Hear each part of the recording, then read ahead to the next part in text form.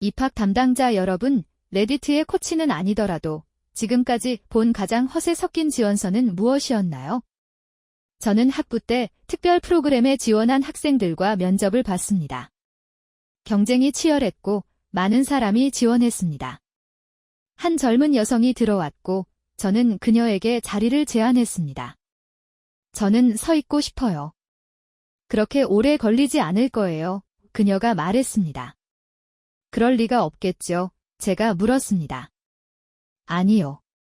제 아빠는 한 대학의 학장이고 제 엄마는 이 프로그램을 만든 교수 중 한 명이에요. 제가 들어갈 거예요. 저는 그녀가 꼭 자리에 앉아야 한다고 강조했습니다. 그녀는 다시 거절했고 저는 기 면접, 제가 당신을 승인하는 건 과정의 일부예요. 들어가려면 잘해야 해요. 라고 말했습니다. 제가 잘했다고 말할 거예요. 그렇지 않으면 부모님이 당신의 삶을 지옥으로 만들 거예요. 그녀의 부모님은 제 삶에 아무런 영향을 미치지 않았고 저는 그녀에게 그렇게 말했습니다. 그녀에게 이렇게 말한 후 나는 문을 나가서 이 인터뷰를 다시 시작할 기회를 줄게. 새로운 시작이야 라고 말했다. 그녀는 이성을 잃고 5분 동안 나에게 소리를 질렀다. 나는 그녀의 짜증에서 직접 인용한 내용으로 인터뷰지를 채웠다. 그녀는 들어오지 못했다. 결정이 내려진 지 며칠 후 사실 학장이었던 그녀의 아버지로부터 이메일을 받았다. 그는 나에게 와서 이야기를 나누자고 했다. 완전히 부탁이었다. 나는 그와 이야기하러 갔다. 그를 만나러 갔을 때 그는 인터뷰지 사본을 가지고 있었고 거기에는 그의 딸의 직접 인용문이 몇 개 있었다. 인용문 중 일부는 끔찍했고 내 가족, 그리고 기본적으로 그녀가 떠올릴 수 있는 모든 것을 향해 있었다. 그는 딸 때문에 진심으로 사과했고 그녀가 인터뷰를 다시 할 수 있는지 물었다. 그는 이때 나에게 약간 기대고 있었다.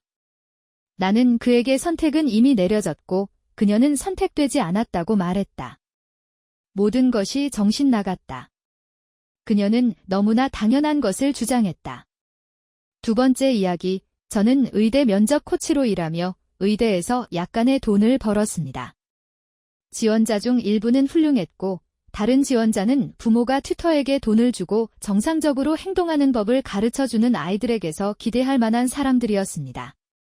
저희 의대 면접은 통과하기 쉽지만 잘하기는 어렵습니다. 여기에는 열정이나 관심사, 윤리적 시나리오, 의사결정 질문, 의료 주제에 대한 지식 등과 같은 일반적인 질문이 포함됩니다.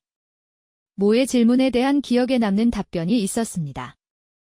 허세 측면에서 한 남자에게 취미가 무엇인지 물었더니 그는 아르마니 정장과 비싼 커피 블렌드 구매를 좋아한다고 말했습니다.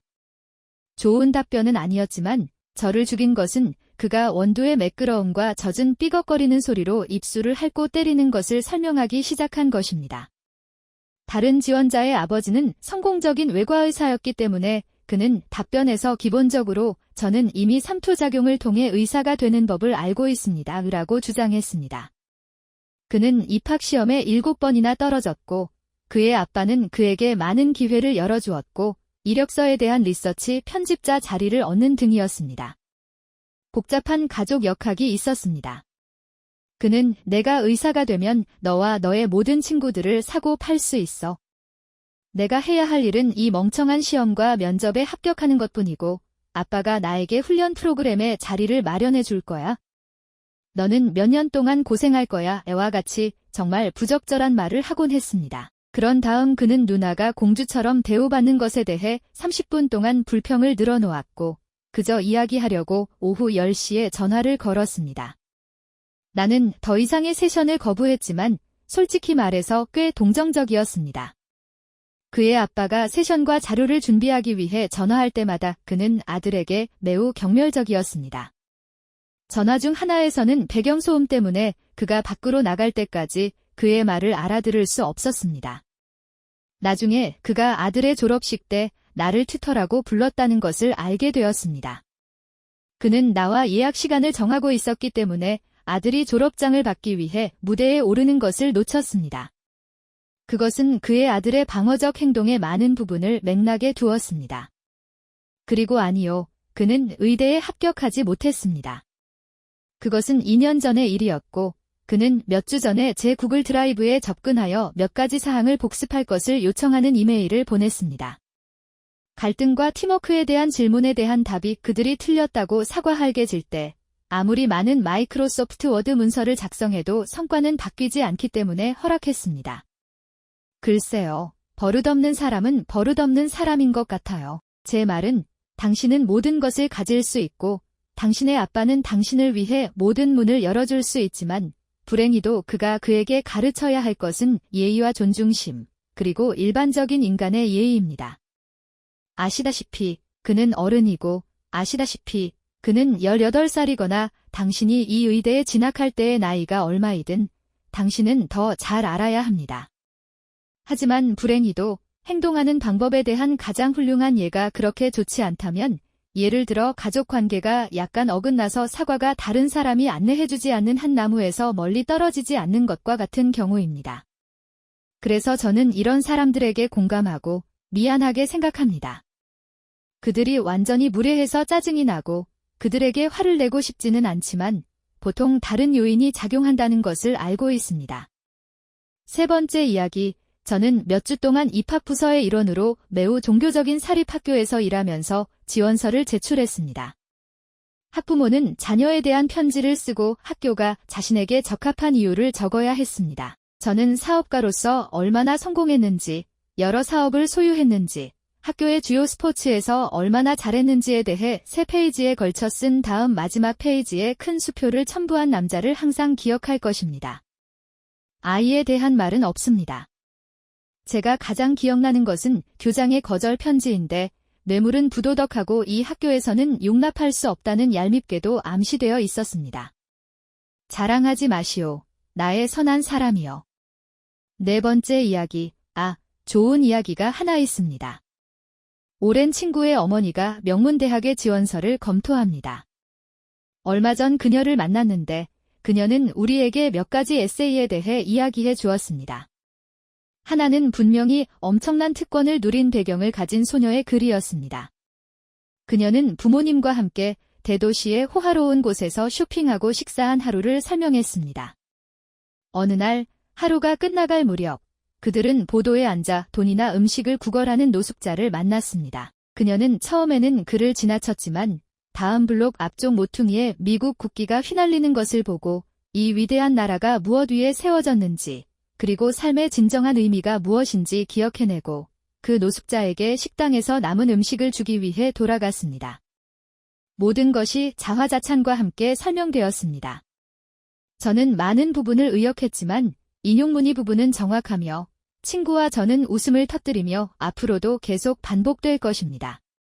이 나라는 세워졌고 삶 자체가 노숙자에게 반쯤 먹은 버거와 감자튀김을 주는 것과 관련이 있습니다. 그리고 마지막으로 저에게 은을 준 사람에게 큰 감사를 표합니다. 와, 정말 좋은 놀라움이네요. 여기는 음식이 전부죠. 응? 미국은 정말 던킨으로 돌아가는 건가요? 다섯 번째 이야기, 저는 그 학생을 막연히 만난 모든 성인에게서 추천서 19통이 적힌 바인더를 받았습니다.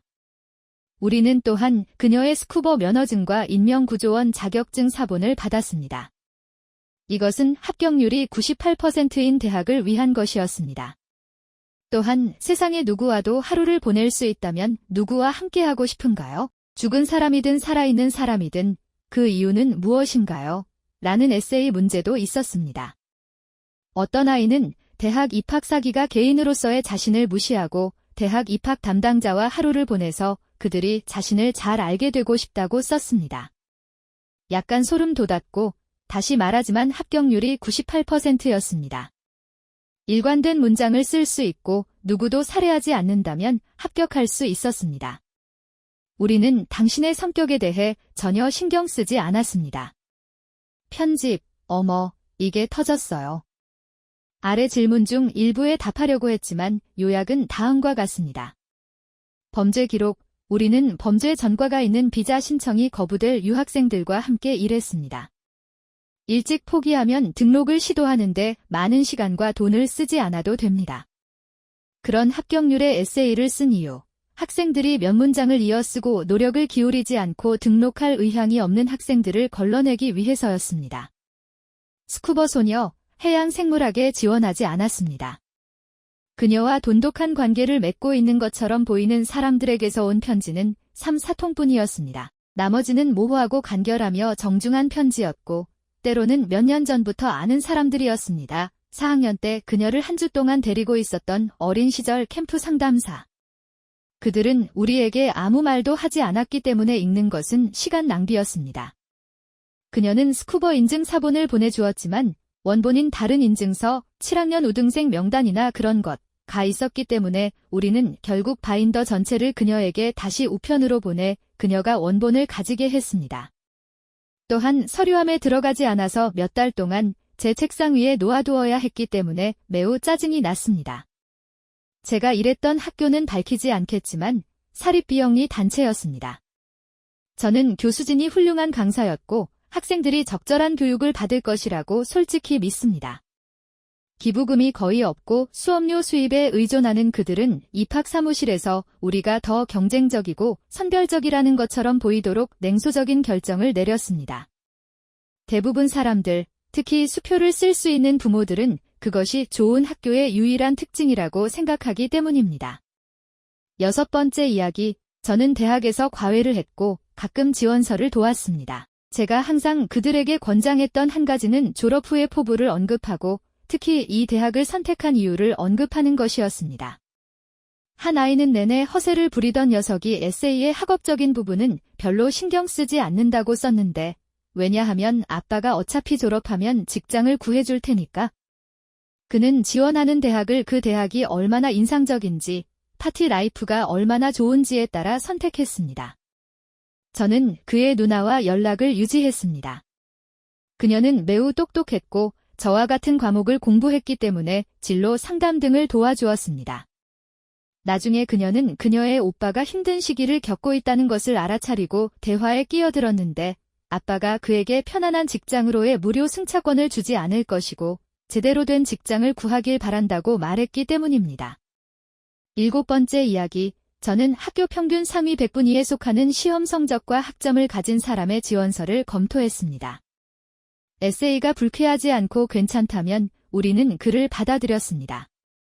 하지만 그의 에세이는 제가 읽어본 것 중 가장 끔찍한 것이었고 그가 지원서를 방해하려 한다고 생각할 정도였습니다. 하지만 우리가 그를 거절한 후 그의 부모가 아니라 그가 학교에 전화를 걸어 불평하고 수락을 구걸하는 호소장을 보냈습니다. 그의 에세이는 괜찮게 시작되었습니다. 첫 번째 문단에서 그는 왜 이 학교를 선택했는지, 그게 주제였습니다. 와 대학에서 무엇을 성취하고 싶은지에 대해 이야기했습니다. 지금까지는 순조로웠습니다. 하지만 이상해졌습니다. 그는 차별을 중단하고 싶다고 말했고 지원자는 백인이었습니다. 중학교 킥볼에서 처음으로 인종차별을 보았다고 말했습니다. 흑인 아이가 타석에 설 때마다 모든 외야수가 흩어졌습니다. 지원자는 이를 체계적 인종차별이라고 설명했고 이를 해결하기 위해 그는 팀에 있는 흑인보다 공을 더 멀리 차는 것이었고 그렇게 했습니다. 우선 인종차별이라는 주제가 갑자기 나왔고 스토리는 어떤 것과도 관련이 없었습니다. 그런 다음 그는 좋아하는 팟캐스트에 대해 이야기하기 시작했고 심지어 이름을 언급하기도 했습니다. 제 성격에 대해 더 알고 싶다면 이 팟캐스트를 들으세요. 그러면 제가 어떤 사람인지 더 잘 이해할 수 있을 겁니다. 그는 논문을 진용문으로 마무리하고 싶습니다 라고 말하며 끝냈는데 저는 그 말이 농담이라고 생각했습니다. 그 페이지에는 아무것도 남지 않았고 그 한 문장만 남았기 때문입니다. 그는 키보드에서 엔터를 여러 번 눌렀던 것 같습니다. 다음 페이지에 에세이를 마무리하고 싶었던 인용문이 있었기 때문입니다. 아프리카에 처음 가는 것에 대한 리처드 프라이어 코미디 루틴의 전체 페이지 길이의 원고였습니다. 네, 그는 일상에서 N단어를 모두 유지했고 심지어 명확한 이유 없이 모든 소프트 R을 하드 R로 바꾸기까지 했습니다. 마지막에는 그가 언급한 팟캐스트에 대한 링크가 3개 있었는데 에세이를 읽을 때 인쇄되어 있어서 링크를 클릭할 수 없어서 듣지 못했습니다. 형, 이거 가짜여야 해. 이 사람이 공백에 지원하고 미스 아메리카처럼 야, 너의 큰 아이디어는 뭐야? 라는 연설에 실패할 리가 없어. 그는 그냥 글쎄, 알아. 인종차별은 문제야. 체계적 인종차별에 대한 나의 치료법은 역대 최고의 백인 킥볼 선수가 되는 거야 라고 말하잖아. 내가 들어본 것 중 가장 멍청한 소리야. 8번째 이야기, 저는 대학 입학 컨설턴트인데 제가 읽은 최악의 글은 지원자가 대학 입학과 입학 에세이 쓰기를 얼마나 좋아하는지에 대한 풀메타 에세이였습니다. 처음부터 끝까지 오만하고 냉정했지만 가장 중요한 건 그 학생이 에세이에서 자신을 뛰어난 입학 에세이 기술을 가진 엘리트 지원자라고 불렀을 때였습니다. 저는 그 과정의 스트레스가 그녀에게 스톡홀름 증후군에 대한 강박관념을 심어준 것 같아서 그녀를 불쌍히 여겼습니다. 저는 그녀를 부드럽게 현실로 돌아오게 하려고 노력했지만 그녀는 받아들이지 않았습니다. 그녀는 합격하지 못했습니다. 지금까지 이런 것들은 대부분 오만한 사람이거나 너무 집중하는 사람들처럼 들립니다. 그들은 아이들이잖아요. 그렇죠? 그들은 옳은 말을 하는데 너무 집중해서 진짜 자신으로 진실하고 성실하게 행동하지 못하고 자신이 아는 것을 쓰지 않습니다.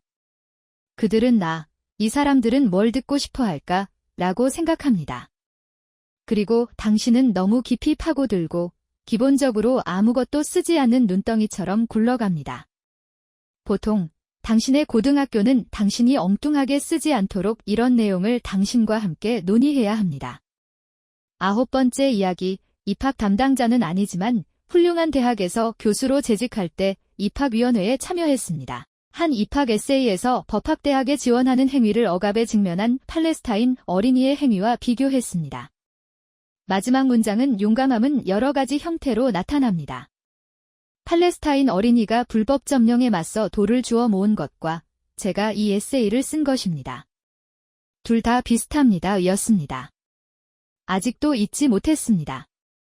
10번째 이야기, 입학 담당자는 아니지만 1학년 장문 1학기, 2학기 또는 드물게는 완전히 시험을 위한 배치 에세이를 평가했습니다.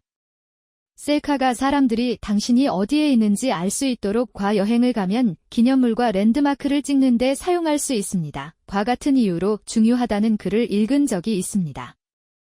이 학생은 의도적으로 그런 것인지는 잘 모르겠지만 모든 사진은 셀카여야 하며 사진에 없다면 아무 가치가 없다고 주장했습니다. 저는 1학기에 넣었습니다. 편집와 모두들 추천해 주셔서 감사합니다.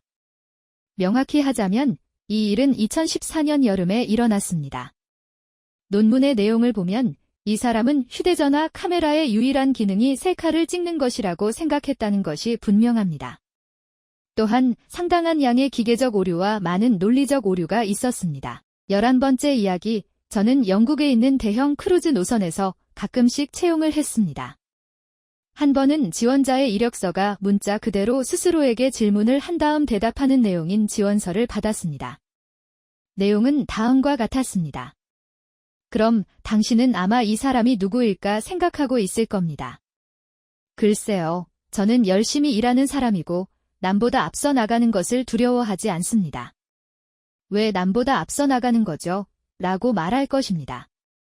글쎄요, 저는 고객이 항상 우선이라고 믿습니다. 등등. 이해하시겠죠? 거짓말은 하지 않겠습니다. 저는 그런 게 좋습니다. 12번째 이야기, 유명한 인용문을 마치 자신이 처음으로 유명한 인용문을 에세이에 사용한 사람인 것처럼 사용하는 모든 에세이. 아니요, 당신은 독창적이지 않습니다. 사실 저는 좋은 이야기가 첨부되어 있다면 인용문을 사용하는 것을 신경 쓰지 않지만 그런 경우는 드뭅니다. 사람들은 보통 더 똑똑하거나 더 교양 있는 것처럼 들리기 위해 무작위로 인용문을 던집니다. 실행이 핵심입니다. 또한 사람들이 제 학교에 대해 글을 쓸 때 마치 그들이 조사를 한 것처럼 들리게 하고 웹사이트에서 정보를 그대로 흘려낸 것 같습니다. 저는 제가 어디에서 일하는지 압니다. 당신이 저에게 웹사이트를 다시 낭송할 필요는 없습니다. 또한 이제 저는 당신이 여기서 학생이 되면 표절로 잡힐까 봐 걱정됩니다. 왜냐하면 당신이 분명히 우리 웹사이트 콘텐츠를 당신의 에세이에 복사해서 붙여넣었기 때문입니다. 입학 에세이에서 누군가가 당신의 학문적 성실성을 의심하게 하지 마십시오. 독창성이란 무엇이고 감지되지 않은 표절이란 무엇입니까? 누가 그런 말을 했나요? 13번째 이야기, 저는 입학 담당자가 아닙니다. 저는 학교 홍보대사로 예비 학생과 가족들에게 투어를 제공하고 저희 사무실은 입학 상담원이 결정을 내리는 곳입니다. 저는 입학에 대한 질문에 답할 수 있어야 하기 때문에 우리는 긴밀히 협력합니다. 학생이 지원서를 보내고 괜찮은 점수와 괜찮은 에세이를 썼지만 과외 활동은 거의 하지 않은 무서운 이야기를 기억합니다. 이것은 우리 학교가 지역사회의 상호작용이 정말 중요한 독특한 프로그램을 가지고 있기 때문에 약간 위험 신호입니다. 입학 결정이 게시된 지 약 일주일 후 입학 담당자는 설명된 학생의 어머니로부터 이메일을 받습니다. 그녀는 입학팀 전체를 찢어발기며 그들은 사회에 기여할 재능이나 능력이 전혀 없는데 끔찍하게 평범하고 급여가 낮고 쓸모없는 일을 해야 할 때 제대로 할 수도 없다고 말했습니다. 그녀는 딸이 미국의 다음 대통령이 될 것이라고 말했고 우리가 얼마나 심하게 망쳤는지에 대해 이야기했습니다. 이메일에 대한 답장은 좋은 기회를 얻지 못했다고 생각해서 죄송합니다. 항소할 수 있고 다시 살펴보겠습니다 등의 내용이었습니다. 이는 거의 모든 학교에서 하는 예의입니다. 어머니는 왜 우리가 당신의 끔찍하고 사악한 기관에 가고 싶어 하겠습니까? 당신 캠퍼스의 부지는 내 딸의 발바닥만한 가치도 없습니다. 라고 답했습니다. 그녀의 딸은 예수 그리스도의 두 번째, 세 번째, 네 번째, 다섯 번째 오심이 하나로 합쳐진 것입니다.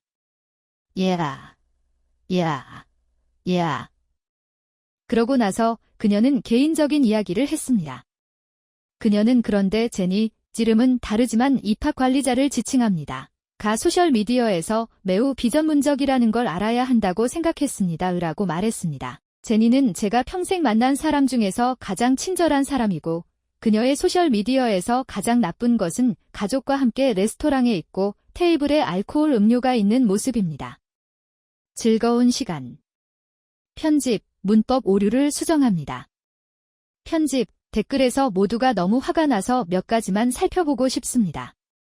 평가가 높은 사립기관입니다. 캠퍼스에 수용할 수 있는 것보다 지원자가 훨씬 많습니다. 우리는 성적 외의 요인을 기준으로 가장 적합한 지원자를 선발합니다. 전체적인 접근 방식입니다. 모든 것을 살펴봅니다. 이것은 우리 학교에서만 볼 수 있는 독특한 점입니다. 일부 학교는 성적만 신경 쓰고, 일부 학교는 주로 성적을 신경 쓰고, 일부 학교는 성적과 일, 스포츠, 과외 활동, 지역 사회 참여를 동등하게 신경 쓰고, 일부 학교는 성적을 신경 쓰지 않습니다. 우리는 특정 프로그램 때문에 순위에 있는 대부분 학교보다 외부적인 것을 더 중요하게 여깁니다. 학생과 학교를 매치하는 것입니다. 더 적극적이고 참여적인 사람을 선호하는 일부 프로그램에 대해 심각한 우려를 품고 있는 가족에게는 우리 학교가 적합하지 않을 수도 있다고 말씀드리겠습니다. 이는 자녀가 충분히 좋지 않기 때문이 아니라 어떤 것이 맞지 않기 때문입니다. 우리는 전 세계에서 유일한 고등교육대학이 아닙니다. 여기서 누군가가 거부당하면 그들은 확실히 다른 곳으로 갈 수 있습니다. 과외 활동을 한다고 해서 당신이 최고의 사람이 되는 것은 아닙니다. 그것은 단지 당신이 과외 활동을 하면 내 학교에서 당신이 더 잘 맞을 것이라고 느낀다는 것을 의미할 뿐입니다. 저는 그것이 완전히 타당한 요점이라고 생각합니다. 아시다시피 특히 그것이 당신의 아이가 충분히 훌륭하지 않다는 것을 의미하지는 않습니다. 그것은 단지 올바른 사람을 올바른 학교에 매칭하는 것에 관한 것입니다. 마치 스포츠팀과 같습니다. 당신은 당신의 팀이 하는 특정한 역동성과 특정한 계획을 가지고 있습니다. 당신은 그 계획에 맞는 선수를 드래프트하여 그들이 탁월해질 수 있도록 하고 싶습니다. 그리고 그들이 훌륭하다는 것이 그들이 당신의 특정한 접근 방식에 맞을 것이라는 것을 의미하지는 않습니다. 그리고 그들은 당신의 팀에서가 아닌 다른 곳에서 할 수 있는 것보다 훨씬 더 잘하고 번창할 수도 있습니다. 그래서 저는 그들이 그것을 하는 것에 대해 무례하지 않는 한 그것을 좋아합니다. 14번째 이야기, 입학 담당자가 아니라 의무적으로. 저는 고등학교 3학년 때 영어 수업을 위해 대학 입학 에세이를 읽었습니다. 한 학생의 광범위한 주제는 훌륭했습니다. 그는 연령 차별에 대해 썼고 그것이 사람들이 좋아하는 일을 하는 것을 막는다는 것이 슬프다고 했습니다. 젊은이는 뜨개질을 해야 하고 노인은 롤러블레이드를 타야 합니다. 그런 것들 말입니다. 하지만 에세이의 실제 대부분은 그가 박제 거북이로 놀기를 얼마나 좋아하는지 설명하는 것이었습니다. 그는 그 에세이로 경쟁률이 매우 높은 대학에 입학했지만 대부분은 부모님이 그곳에서 일했기 때문입니다. 15번째 이야기, 박사 학위를 공부하는 정신과 간호사는 치매가 무엇인지 몰랐습니다. 이제 완전히 깨어나서 이것이 기준에 맞지 않지만 정신에는 맞을 수 있다는 것을 깨달았고 그래서 그냥 두었습니다. 치매 환자를 위한 진단과 지원을 전문으로 하는 지역 정신건강 MH 팀에 지원한 임시의사를 인터뷰했습니다. 그녀는 고급 학위를 취득하고 박사 학위를 공부하는 자격을 갖춘 정신과 간호사였습니다. 그녀의 이력서는 정신건강 문제가 있는 사람들을 위한 카페를 설립하고 운영하는 것과 같은 업적과 혁신적인 작업으로 인상적으로 가득 차 있었고 같은 일로 상을 받은 것으로 보입니다. 그녀는 더러운 옷에 개털이 잔뜩 묻은 채로 면접에 나타났고 머리카락은 빗질도 하지 않았습니다. 특히 그녀가 치매에 대한 정의를 내릴 수 있었거나 모든 정신건강 전문가가 알고 적어도 한 번은 사용할 표준화된 테스트의 이름을 알고 있었다면 이는 문제가 되지 않았을 것입니다. 그녀는 또한 치매의 영향을 완화하는 데 사용되는 약물에 대해서도 말할 수 없었지만 당시 NHS에서 처방을 허용했다는 소식에 많은 논란이 있었습니다. 우리는 그녀를 고용하지 않았습니다. 하지만 몇 달 후 다른 팀이 그녀를 고용했습니다. 그녀는 다시 면접을 요청받았습니다. 제 잘못입니다. 우리는 인력이 매우 부족했고 우리 중 몇몇은 기관에서 보낸 수많은 이력서를 살펴보고 있었습니다. 또한 이력서에는 다른 팀의 고용이 나와 있었습니다. 나는 그녀를 대기실에서 데리러 갔습니다. 그녀는 고개를 들고 얼굴을 숙인 채 자니요라고 말했습니다. 어쨌든 그녀는 이제 약간의 경험이 있었기 때문에 다시 면접을 보았습니다. 아니요, 아니요, 아니요. 면접 후 저는 다른 팀에 전화했습니다. 그녀는 너무 끔찍해서 그들은 다시는 에이전시 직원을 고용하지 않기로 결정했는데 그것은 그들의 근시안적이었습니다. 많은 에이전시 직원이 훌륭하지만 즉시 일을 시작할 수 있는 사람이 필요하므로 철저히 면접을 해야 합니다. 16번째 이야기, 이 글을 읽고 무엇을 하지 말아야 할지에 대한 조언을 구하는 사람이 있다면 일반적인 규칙은 인용문을 피하는 것입니다. 우상을 가지고 그것에 대해 이야기하는 것은 괜찮지만 인용문은 단어수에서 귀중한 공간을 차지하며 심지어 자신의 말이 아닙니다. 그 인용문을 미묘하게 언급하거나 해당 인용문의 의미와 그것이 당신에게 영감을 주는 이유에 대해 이야기하는 것이 좋습니다. 말하지 말고 보여주세요. 경험을 위해 X에 갔습니다. 라고 말하면서 그 경험에서 무엇을 배웠는지 이야기하지 않는 것은 시간 낭비입니다. 그렇지 않으면 무의미한 비평일 뿐입니다. 취미, 독서를 그냥 두지 마세요. 마치 당신을 다르게 만드는 것처럼 독서를 한다고 말하는 것은 특별한 것이 아니며 위의 요점과 연결됩니다. 어떤 장르를 읽고 무엇을 배웠는지 그리고 그것이 앞으로의 역할에 어떻게 도움이 될지에 대해 이야기하세요. 사실 좋은 조언이지만 저처럼 레디트 스토리만 읽는 사람이 아니라면 말입니다. 그다지 적용 가능하다고 생각하지 않습니다. 독서에 대해 말해주세요. 아시다시피 대부분 역대 최악의 욕실 경험 10가지에 불과하지만 거기에는 미친 이야기도 있고 배울 점이 많아요. 17번째 이야기, 버릴 글을 만들까 고민했지만 묻혀서 필요 없을 것 같아요. 저는 해외 유학을 돕는 경쟁적인 국가 펠로십의 입학 담당자로 일하고 있어요. 그날 읽은 마지막 에세이 덕분에 제 일이 훨씬 수월해졌어요. 그 사람이 종교적 히피족이라고 떠벌리고 부모님이 선교사였기 때문에 이미 세계적인 관점을 가지고 있고 최고의 시를 쓰고 모두가 그를 리더로 여긴다고 떠벌렸거든요. 이런 글은 모두 한 문장이었고 전혀 자세한 설명 없이 새로운 문단으로 들여쓰기가 되어 있었어요. 가장 중요한 점은 그의 마무리가 문자 그대로 졸업 후 민간 부문이나 정부에서 일할 수 있고 선택은 당신에게 달려 있습니다. 라고 말한 거였어요. 저는 좋아요.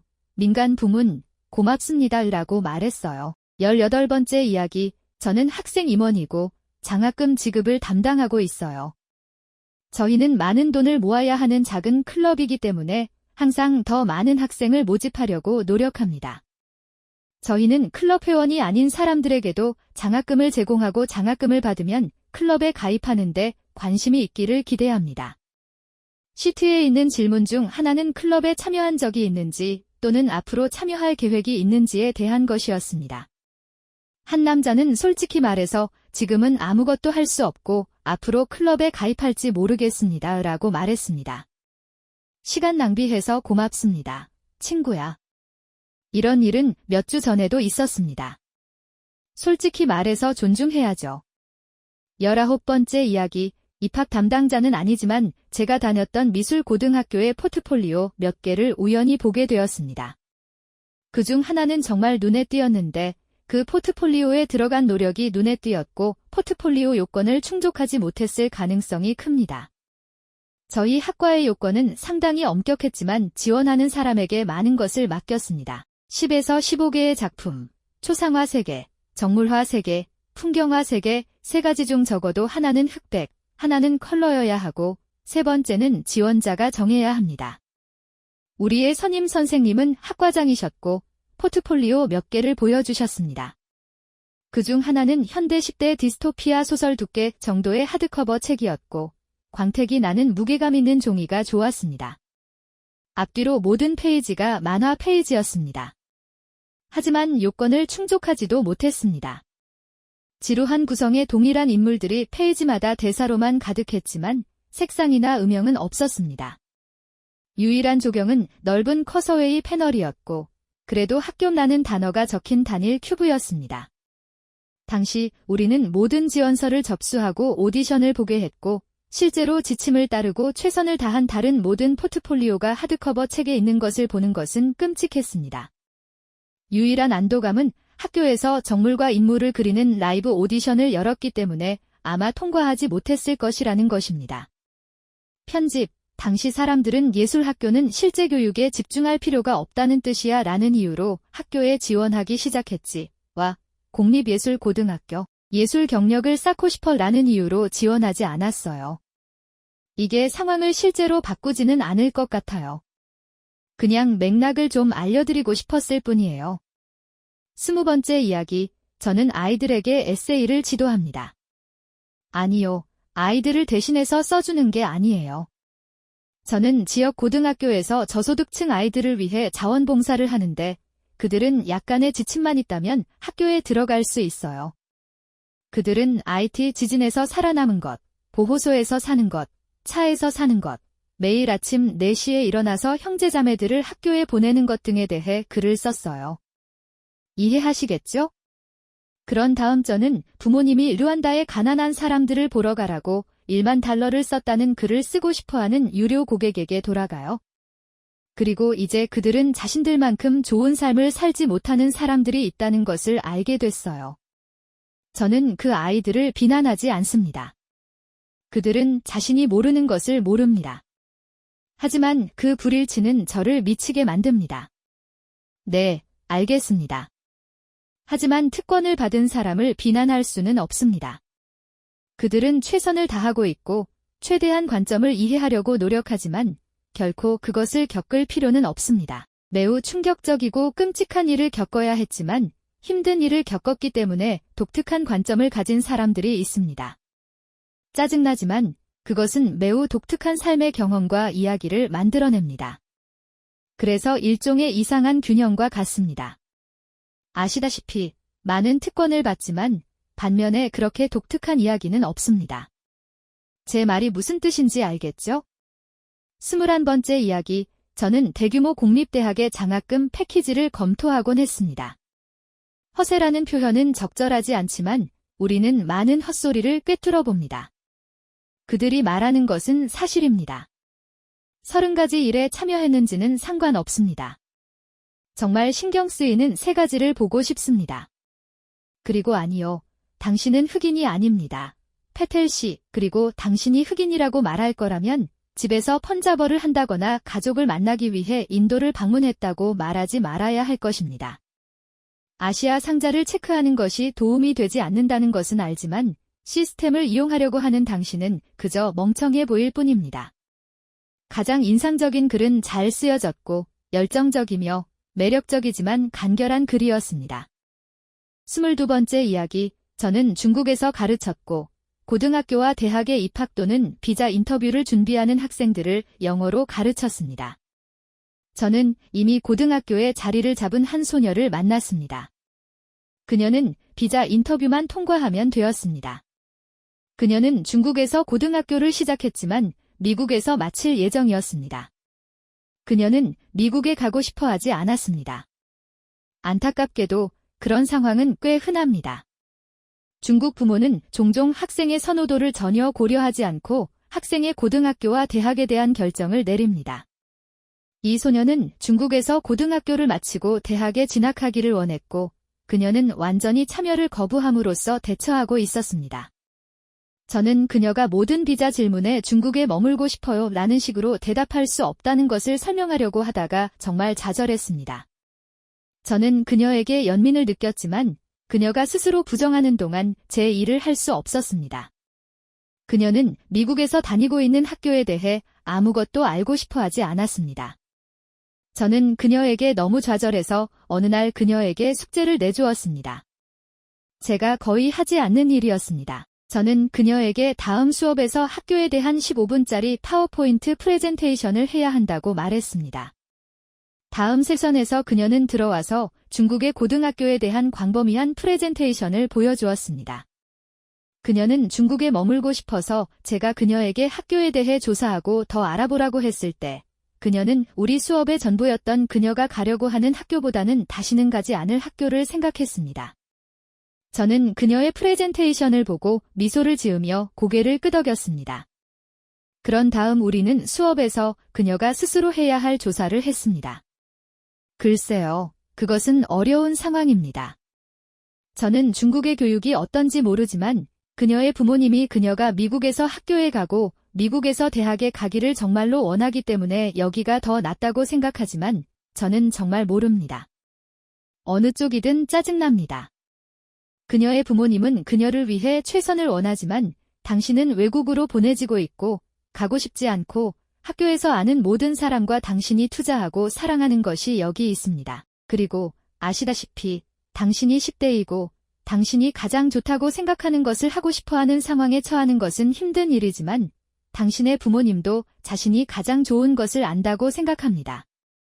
하지만 누가 정말 가장 잘 알까요? 그것이 질문이 아니겠습니까? 23번째 이야기, 사실 이건 엄마의 어려운 이야기입니다. 그 학생은 괜찮은 성적을 받은 착한 아이였기 때문에 입학하기 쉬웠지만 장학금은 매우 평균적이었습니다. 그의 신청서를 보면 그들은 매우 부유했고 FAFSA도 신청하지 않았는데 이는 그들이 도움이 필요하지 않다는 확실한 신호입니다.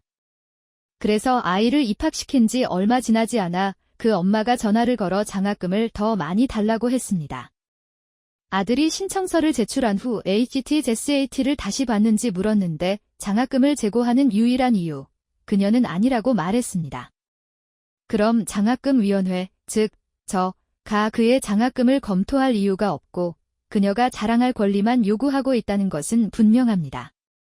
저는 그것에 대해 매우 친절하지만 우리는 그녀 아이의 장학금을 늘리지 않을 것이라는 점을 분명히 했습니다. 그녀는 나에게 화를 내며 그가 다니는 사립학교의 질을 내가 모를 것이라고 분명히 말했고 나는 그것에 대해 잘 알고 있다. 그들이 얼마나 많은 돈을 가지고 있는지도 모른다고 말했다. 그녀의 추론은 그들이 부유하기 때문에 우리가 그에게 더 나은 장학금을 주어야 하고 그러면 그들이 대학에 기부할 것이라는 것이었다. 그녀는 우리가 누군지 알아 라는 가장 인기 있는 대사를 꺼냈을 뿐만 아니라 그의 가족이 캠퍼스에 새 건물을 짓는데 자금을 지원해주면서 나를 매수하려고도 했다. 직접 인용문, 당신은 나를 이해하지 못하는 것 같아. 내 딸이 다니는 학교에 우리 이름을 딴 건물이 있어? 내 대학 이름에 캠퍼스에 새 건물이 필요하다고 생각하지 않아. 그것은 내가 다른 사람과 나눈 가장 기괴하고 권위적인 대화였다. 간단히 말해서 나는 그의 장학금을 거절했고 그 아이는 어쨌든 등록했다. 24번째 이야기, 입학 담당자는 아니지만 석사 과정을 밟는 동안 남동생의 에세이를 편집해서 학부에 진학하도록 돕고 있었다. 그는 정말 제 모교에 가고 싶어 했고 저는 그가 일하고 싶어하는 몇몇 공학 교수진과 함께 일했습니다. 그는 공과대학에 지원하면서 해부를 얼마나 좋아하는지에 대한 이상하고 거의 소름 돋는 에세이를 썼습니다. 저는 그 논리를 이해했습니다. 저는 기계를 분해하고 조립하고 싶습니다. 개구리를 분해했습니다. 하지만 다시 조립하지는 못했습니다. 고등학교 때 한 번이나 해부를 했다는 사실은 제쳐두고 개구리를 자르고 내장을 꺼내는 것을 즐겼다는 자세한 내용만 봐도 연쇄 살인범처럼 들렸습니다. 그래서 저는 그에게 공학과 관련된 것으로 바꾸는 게 좀 나을지도 모른다고 말했습니다. 그는 결국 불꽃놀이를 만드는 화학적 공정과 제가 오래된 모델 로켓으로 직접 만든 불꽃놀이를 얼마나 좋아하는지에 대한 에세이를 가지고 돌아왔습니다. 세상에. 기록상으로 그는 결국 제 모교의 학부 과정을 이수했고 9월에 시작할 예정입니다. 하지만 완전히 다른 에세이인데 대형 항공기 제조업체 중 한 곳의 환경 설계자인 삼촌을 방문한 것에 대한 내용입니다. 네, 첫 번째는 담어와 비슷했습니다. 25번째 이야기, 저는 IT 업계에서 일하는데 제 팀에서 그 자리에 대한 면접을 보아야 했습니다. 어떤 남자가 들어와서 제 눈을 똑바로 쳐다보며 당신은 제게 일자리를 줄 만큼 아는 것 같지 않아요. 라고 말했습니다. 처음에는 충격을 받았지만 정중하게 앉아서 알아보자고 했습니다. 그는 면접이 녹화되고 있다는 걸 몰랐습니다. 그는 마치 자기가 그 자리를 소유하고 있고 그 자리가 자기 자리인 것처럼 계속 말했습니다. 그는 옳은 대답을 하지 않았습니다. 그는 아버지가 정치인이고 필요하다면 제 자리를 돈으로 살 수 있다고 말했습니다. 우리는 당연히 그를 거부했지만 2주 후에 그는 깡패 무리를 데리고 와서 저와 제 프로젝트를 위협했습니다. 결국 인사부와 경찰이 개입해서 문제를 해결했고 그게 제가 본 마지막 면접이었습니다. 26번째 이야기, 조금 다르지만 제 엄마는 최근에 다니고 있는 병원의 장학금 신청서를 검토했습니다. 이름을 내세우거나 기회가 많은 사람은 관심이 없었어요. 진지하게 관심이 있고 돈이 필요할 것 같은 아이들을 골랐어요. 부모님이 둘 다 외과 의사라면 좋겠지만 엄마가 요리사이고 아빠가 낙농업자라면 지원금을 받을 수 있을 것 같아요. 엄청난 장학금은 아니지만 상황에도 불구하고 의대 진학을 선택한 사람이 상황에 따라 의대 진학을 선택한 사람보다 낫습니다. 마지막에 와일드 카드를 넣었어요. GPA가 최고는 아니지만 의욕이 있었어요. 가족을 부양하기 위해 매일 밤 늦게까지 일하면 성적이 나빠질 거고 우리가 제공할 수 있는 도움이 필요하다는 게 분명해요. 지원서의 톰 브레디와 같아요. 알겠어요. 여러분이 찾는 모든 특성을 갖추고 있지 않을 수도 있고 최고는 아닐 수도 있지만 알아요? 실제로 그들을 데려오지 않는 한 그 동기를 설명할 수 없고 그들은 형편없습니다. 그리고 나서 아시다시피 동기를 설명했는데 그게 없습니다. 그러니 최선을 다하세요. 27번째 이야기, 제가 고등학교 교사였을 때 스트포인트에 들어가고 싶어하는 우리 졸업반 학생에게 추천서를 써달라는 요청을 받았습니다. 저는 물론이라고 말했습니다. 그는 훌륭한 아이였고 A+ 학생이었고 타고난 리더였고 군 대학에 들어갈 수 있을 것이라고 진심으로 생각했던 사람이었습니다. 이틀 후 제 우편함에는 그의 양력, 군사 아카데미가 추천서에서 찾는 것에 대한 정보, 수상 추천서 사례, 제안과 필수 대화 주제로 유용하게 분류된 2페이지의 항목이 있는 광택 삽입물이 있는 전문적으로 만들어진 패킷이 들어 있었습니다. 후자의 예는 추천서에 그가 합동참모본부에서 복무했던 장군의 손자라는 사실을 언급해야 한다는 것이었습니다. 저는 부모님을 알고 있었기 때문에 그다지 놀라지 않았습니다. 헬리콥터 날개가 2마일 반경에서 윙윙거리는 소리가 들렸습니다. 그래도 저는 그 애가 마음에 들어서 최대한 규정에 맞게 썼습니다. 필수 주제로 나와 있지는 않았지만 JROTC 경험에 대한 문단도 추가했습니다. 그는 합격했습니다. 놀랍지 않습니다. 그런 일에 대해 누구에게 뇌물을 주어야 할지 모르겠지만 그의 부모님은 그런 일을 할 만한 사람들이었습니다. 부모님의 영향이 없더라도 그가 그럴 만하다고 생각하고 싶지만 부모님이 그를 합격시키기 위해 온갖 수단을 다했다는 말을 들으면 전혀 놀랍지 않습니다. 네, 제가 알아낸 바에 따르면 부모님은 자녀를 원하는 대학에 입학시키기 위해 뇌물을 주고 시도하는 일이 많습니다. 로리 러플린이 부르고 있습니다. 28번째 이야기, 정확히 질문은 아니지만 재밌는 관련 이야기가 있습니다.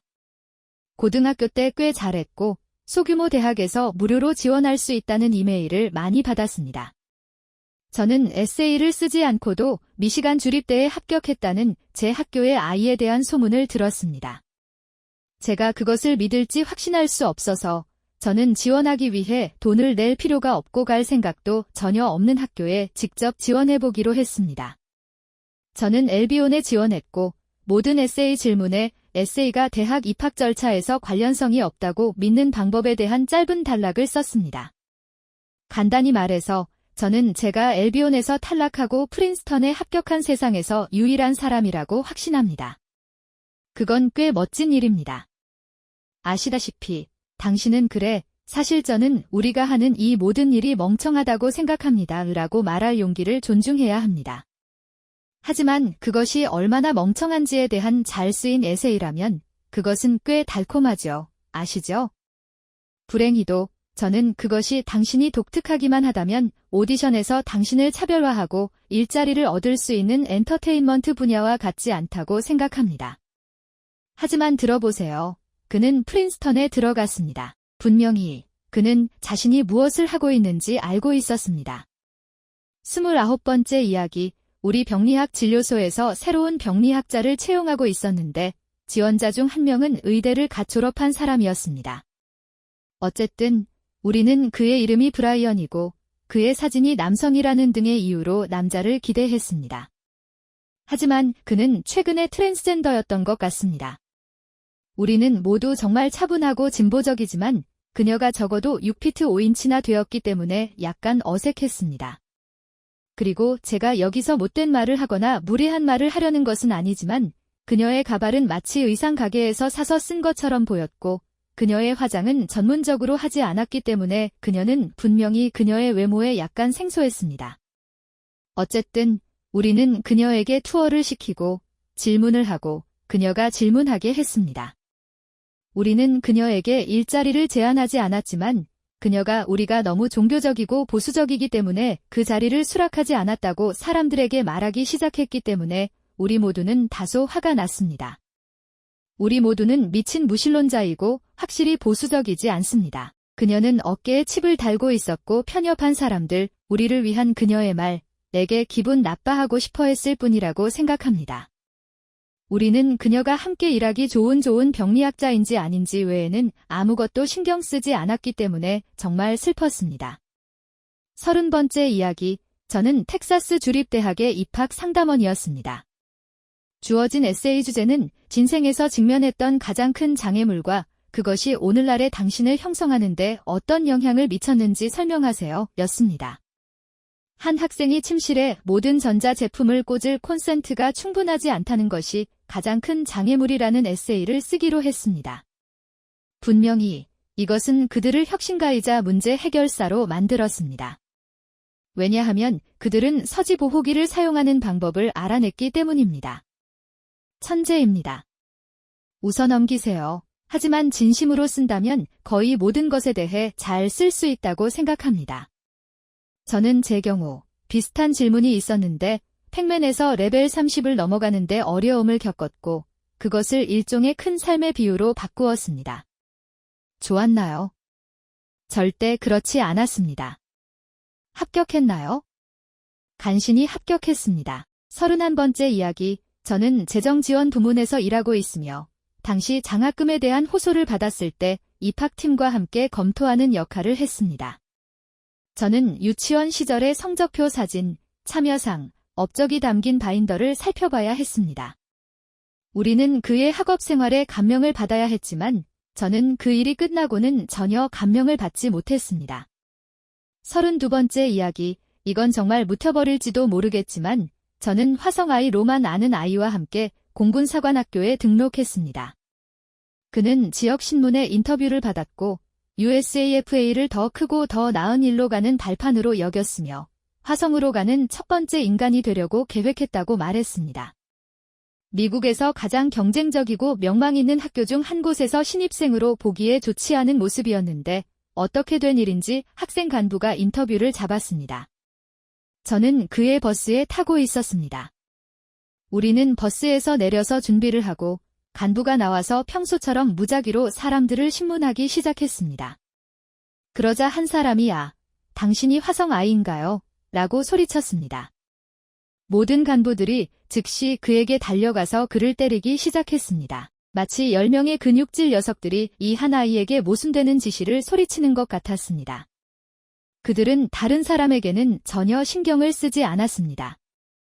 그는 기본 훈련에 몇 주 동안 더 잘 적응했다고 생각합니다. 바보들. 우리는 누군가를 화성에 착륙시킬 예정이었고 당신들은 괴롭힘으로 그것을 망쳤습니다. 어서요. 33번째 이야기. 허세가 아니라 이상할 뿐 플로리다의 한 대학에서 일했습니다. 우리 사무실은 한때 모든 채용 담당자의 관심을 끌었던 입학 에세이를 받았고 입학 에세이를 읽을 수 있는 사무실의 모든 사람이 읽었습니다. 그들은 대담함이 우리의 관심을 끄는 열쇠라고 말하지만 그것은 걷기에 좋은 예리함입니다.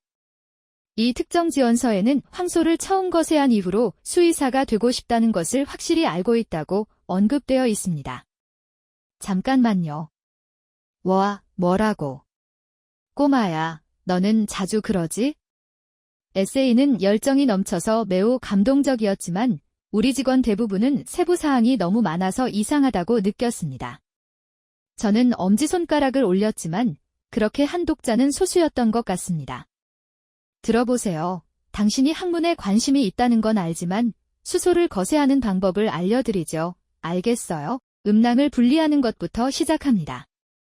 34번째 이야기. 어떤 면에서 허세처럼 들릴 수도 있지만 대학에 입학하기 위해 입학 에세이를 써야 한다는 개념 자체가 저에게는 너무나 생소하고 피상적이거나 약간 허세 섞인 것 같습니다.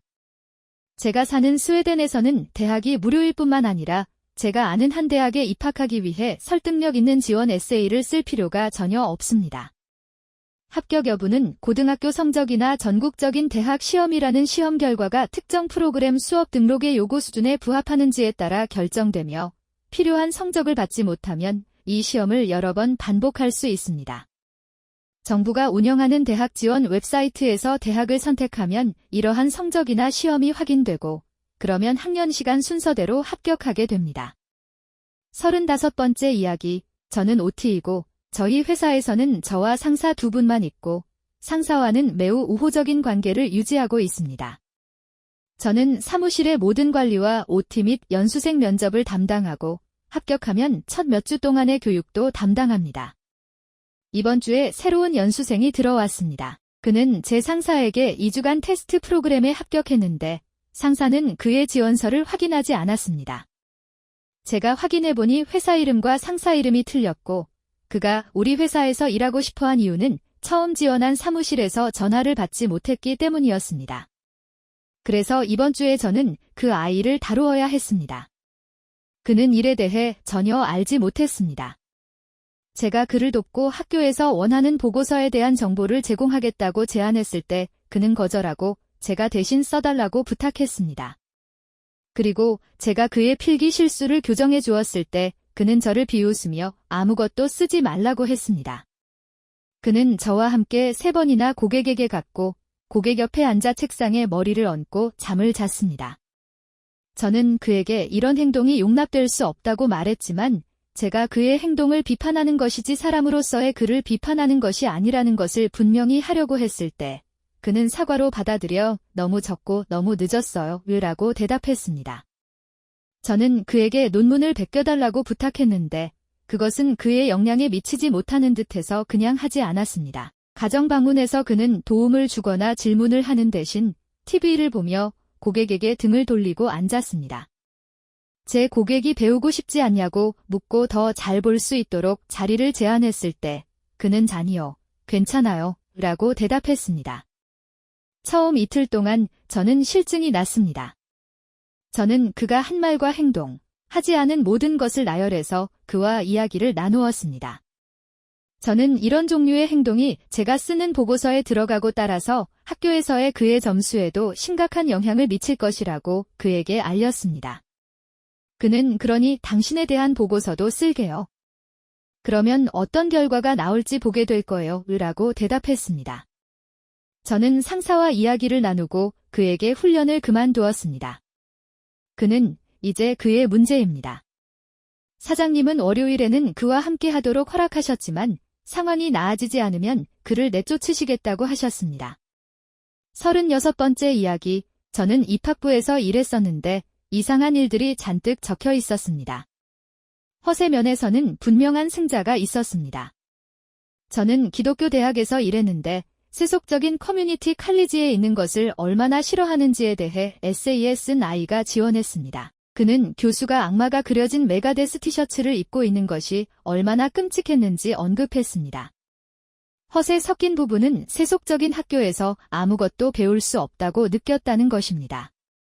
진실을 찾을 수는 있지만 그것을 찾는 것은 코끼리 똥에서 땅콩을 찾는 것과 같습니다. 직접 인용한 것입니다. 우리는 그것을 너무 많이 언급해서 모두가 그것을 외웠습니다. 친구야, 나도 기독교인이지만 내 믿음을 공유하지 않는 사람에게서 수학을 배울 수 없다고 생각할 만큼 어리석지는 않습니다. 다른 훌륭한 일화들이 많이 있었습니다. 40대 한 남자는 자신의 수필에서 자신이 M16 소총을 발명했고 CIA 요원이었다고 주장했습니다. 한 남자는 자신의 끔찍한 ACT 점수가 실제로는 장난으로 쌍둥이가 대신 시험을 치른 것이라고 주장했지만 그는 다시 치르기를 거부했습니다. 우리는 입학을 위해 캠퍼스에서 무료로 치를 수 있는 자녀 ACT를 제공했지만 점수는 다른 곳에서 사용할 수 없었습니다. 또한 화가 난 부모들이 너무 많았습니다. 전화로 자녀가 왜 합격하지 못했는지에 대해 얼마나 많은 화가 난 엄마들과 이야기를 나누었는지 말할 수 없습니다. 죄송하지만 ACT에서 12점은 통하지 않습니다. 지역 대학에 가세요. 비용의 10분의 1 정도로 꽤 좋은 교육을 받을 수 있고 그러면 편입할 수 있습니다. 직장의 가장 불편한 측면 중 하나는 장학금이었습니다. 우리가 많이 준 특정 장학금은 기본적으로 상담사가 이 아이들을 조금 더 잘 알게 되고 그들이 좋은 크리스천 아이들인지 확인하는 성격 유형의 장학금과 같았습니다. 그중 한 측면은 우리가 아이들에게 사진을 보내달라고 부탁한 것입니다. 기본적으로 파일을 보고 누가 누구인지 기억할 수 있도록 말입니다. 장학금의 우리는 기독교 학교인데 당신은 좋은 기독교인인가요? 라는 측면이 꽤 분명하게 주어졌는데 17세 소녀들이 얼마나 많은 유혹적이거나 부적절한 사진을 보냈는지 정말 기괴했습니다.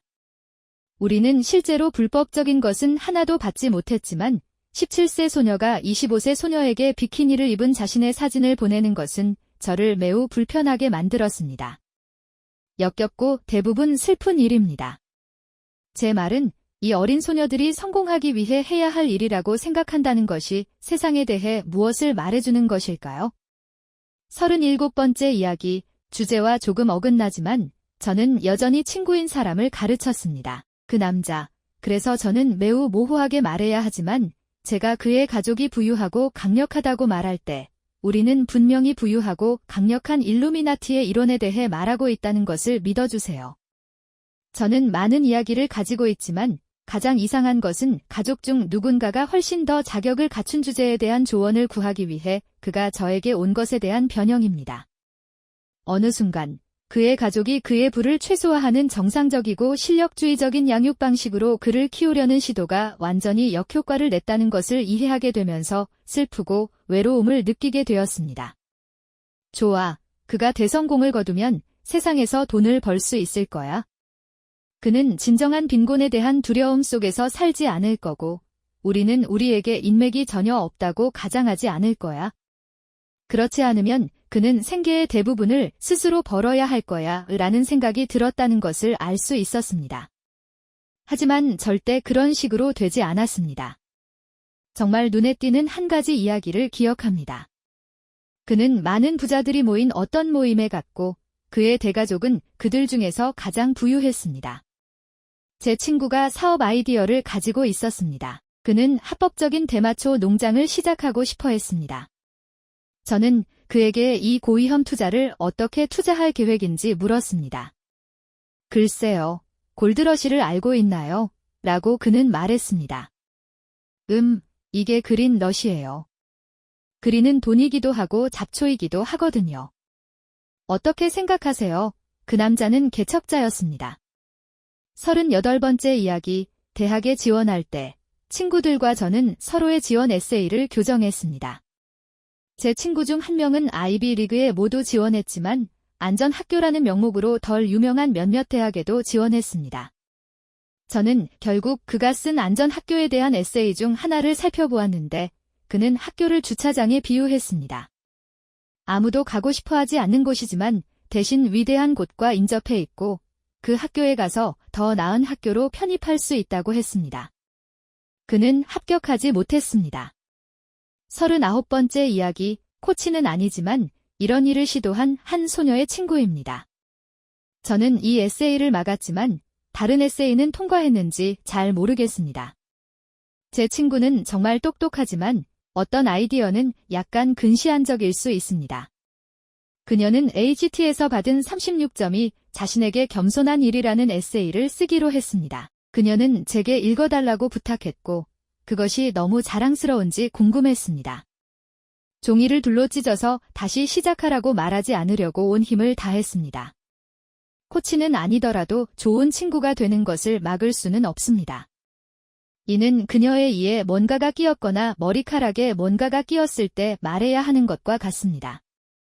그녀가 제출하려는 어리석은 에세이가 있다면 그 엉터리 일을 막아야 합니다.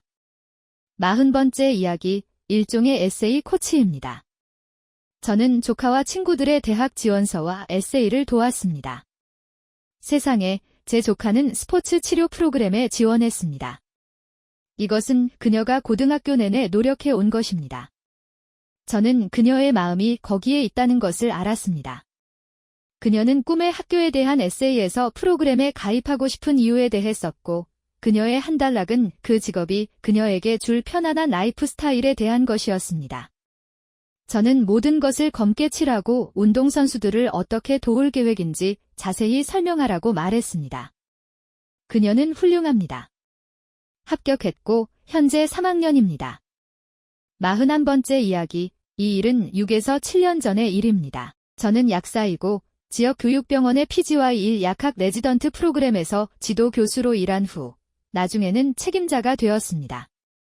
이 모든 일이 일어났을 당시 저는 지도 교수였습니다. 저희 프로그램은 지역 약학대학과 제휴되어 있었습니다. 저희 레지던트는 병원에서 임상 실습을 하는 학생들과 매주 그랜드 라운드를 진행했고 저희 약사 중 몇몇은 지도 교수로 일했습니다. 당시 제가 함께 라운드를 돌았던 주치의 중 한 명에게 약학대학 입학을 신청하는 서기가 있었습니다. 그녀는 지원 마감일 몇 달 전에 약학에 대한 노출을 위해 저를 따라다닐 수 있는지, 그리고 제가 그녀에게 프로그램에 대한 추천서를 써줄 수 있는지 물었습니다. 저는 물론입니다. 따라다니면서 당신을 조금 더 잘 알게 되고 추천서를 쓸 근거를 마련하겠습니다. 라고 말했습니다. 우리는 전화번호를 교환했고 그녀는 거의 매일 그녀를 순회하며 보고 몇 번 물어봤음에도 불구하고 섀도잉에 대해 나에게 연락한 적이 없습니다. 항상 문자 보내게라고 했지만 그녀는 한 번도 연락하지 않았습니다. 그녀는 지원서 마감일 2일 전에 문자로 추천서를 쓸 수 있는지 물었고 그녀는 섀도잉을 한 적이 없고 그녀의 직업 윤리나 사람에 대해 전혀 몰랐기 때문에 거절해야 했습니다. 그녀가 나에게 부탁한 섀도잉을 하지 않은 것이 그녀에게 유리하지 않았다는 것은 말할 것도 없습니다. 그녀는 누군가를 찾아서 그녀를 대신해서 써달라고 했고 어떻게든 면접을 보게 되었는데 지원서 마감일과 면접, 거절 편지가 나간 후 어느 날 주치의가 내 핸드폰에서 전화를 걸어 그녀의 대학 지원서가 왜 받아들여지지 않았는지 알고 싶어 했기 때문입니다. 저는 꽤 당황했고 그에게 솔직히 이유를 전혀 모르겠다고 말했고 그녀가 내년에 더 나은 후보자가 되기 위해 무엇을 할 수 있는지에 대한 의견을 줄 수 있는지 학교에 문의하라고 제안했습니다. 그는 저와 같은 사람을 아는 지원자가 합격할 수 없다면 어떻게 공정한 지원 절차가 될 수 있겠느냐고 잔소리를 했습니다. 그는 당시 병원 약국 레지던트 프로그램의 책임자였던 제 상사에게 학교에 전화해서 그의 서기가 합격하지 못한 이유를 알아보라고 했습니다. 그는 우리 프로그램과 병원이 학교와 제휴되어 있기 때문에 그녀가 항소하거나 결정을 뒤집는데 어떤 식으로든 발언권이 있을 것이라고 생각했습니다. 저는 병원에 있는 우리 중 누구도 입학과 관련이 없다고 설명하려고 했지만 그는 듣고 싶어 하지 않았습니다. 그런 다음 그는 그녀가 합격하지 못한 이유를 알아보기 위해 전화할 수 있는 학교 사람들의 이름을 말해달라고 했습니다. 말할 것도 없이 그녀는 그 해에 합격하지 못했습니다. 42번째 이야기. 저는 좋은 대학의 매우 선발적인 학부 프로그램의 3명의 입학 관리자 중 한 명이었습니다. 솔직히 말해서 부모님은 일부 학생들보다 더 나빴습니다.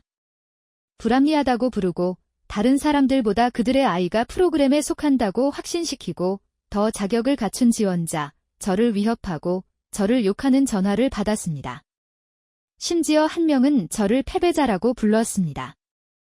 제 나라에서는 패배자라는 단어를 사용하지 않습니다. 제가 그 자리를 떠났을 때 우리는 작은 송별 파티를 열었습니다. 그때서야 우리 3명은 각자 비밀리에 책상에 병을 하나씩 두고 있다는 것을 알게 되었습니다.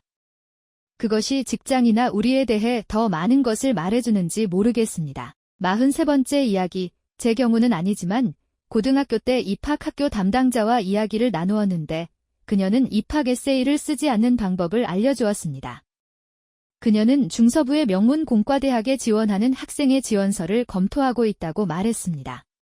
그는 AQT에서 35점, GPA 4.0, 훌륭한 추천서, 자원봉사 등을 받았습니다. 에세이 부분이 나올 때까지 모든 것이 좋아 보였습니다. 프롬프트는 기본적으로 학생에게 왜 입학해야 하는지 물었습니다. 학생은 한 문장을 썼습니다. 내 성적을 보셨잖아요. 내 시험 점수도 보셨잖아요. 뭘 해야 할지 알잖아요. 그 여성은 결국 전화를 걸어 프롬프트에 대해 물었습니다. 학생은 당신이 실제로 그것을 읽는다는 걸 몰랐어요. 라고 대답했습니다. 그녀는 그에게 다시 쓸 기회를 주었고 그는 거절했습니다. 그녀는 그의 답변에 따라 그를 거부할 예정이었지만 학생 학장이 그녀에게 수락서를 보내라고 강요했습니다. 그녀는 만족하지 않았습니다. 스토리 44. 저는 물리치료 펠로우십 프로그램 지원자를 검토하고 있었습니다. 이들은 학부 물리치료 학교를 졸업하고 이제 전문 펠로우십으로 한 단계 더 나아가고 싶어하는 사람들입니다. 일반적으로 에세이는 괜찮습니다. 이들은 이전에 2번이나 이 일을 한 교육받은 성인입니다. 하지만 여가 시간에 코미디를 했다는 이야기를 하고 매우 노골적이고 욕설이 난무하는 농담을 몇 가지 예로 들었다는 이유로 면접에 불려갔을 사람을 거절했습니다. 진지하게 말해서 때와 장소가 있고 이건 그 어느 것도 아니었습니다. 농담을 어울리지 않는 곳에 억지로 집어넣어서는 안 됩니다. 특히 매우 심각하고 민감한 주제라면 더욱 그렇습니다.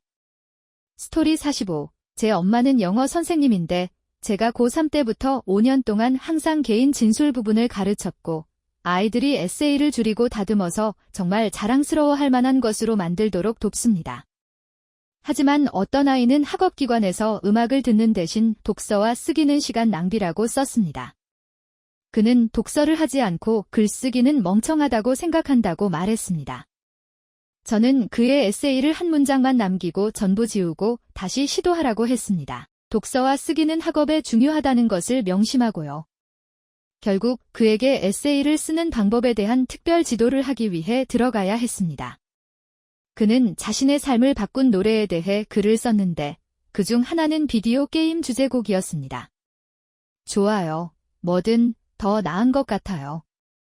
그 노래가 뭔지 궁금한 건 나 혼자인가요? 원윙드 에인젤이겠죠. 맞죠? 스토리 46. 오 세상에 대학에 지원할 때 끔찍하게 허세가 많은 에세이를 썼습니다. 특정 대학에 들어가고 싶었기 때문에 지원서에 정말 열심히 노력했습니다. 그들은 지식과 지혜의 차이를 설명해 달라고 했습니다. 우화를 만들어서 둘을 의인화하면 정말 대단할 거라고 생각했습니다. 지식은 물의 과학적 세부사항에 너무 몰두해서 강을 건널 수 없었습니다. 지혜는 그냥 넘어갔습니다. 저는 제가 이런 일을 하는데 정말 독특하고 재능이 있다고 생각했습니다. 저는 확실히 합격하지 못했습니다. 입학 담당자 여러분, 누구든 적어도 웃음은 터졌으면 좋겠습니다.